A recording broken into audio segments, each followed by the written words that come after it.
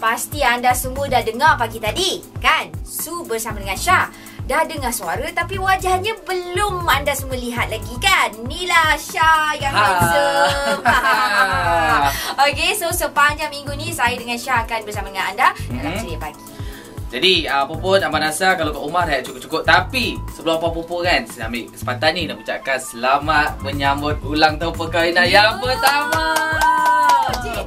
Dengar katanya dapat iPad 3.